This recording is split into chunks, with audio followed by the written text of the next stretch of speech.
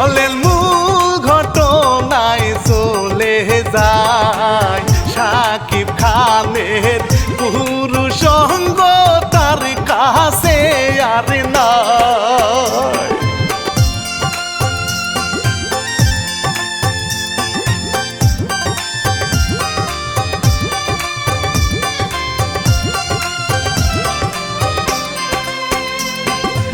2024 সালে 9 জুলাই স্বামী স্ত্রী রাত্রিকালে বিদেশি মদ খায়, চক্রান্ত করিয়া বয়ে ওই মদের সাথে ঘুমের ট্যাবলেট মিশাইয়া দেয় স্বামী না জানে।